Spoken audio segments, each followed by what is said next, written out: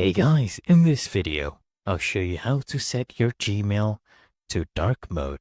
So come here at the top right hand corner, select Gmail, or you can come here to Google Apps and select Gmail as well, and this will open up our Gmail. So we just wait for this to redirect us. And then what we'll do, guys, is come here, the top right again, and click on the settings icon, okay? The settings cog. Click on that and it will open up your settings. Just scroll down where you see theme. What you want to do is click on view all. And right here, you'll see all the themes. Just scroll down here. The second one right here is dark mode. There's a lot of other options as well. You can go ahead and choose. So I'll select dark mode. And then what you need to do is click on save, okay? If you click on cancel or something like that and come out of it, it will reset. So make sure you do click on save. And then you can go ahead and enjoy your dark mode. And it's really that easy and simple.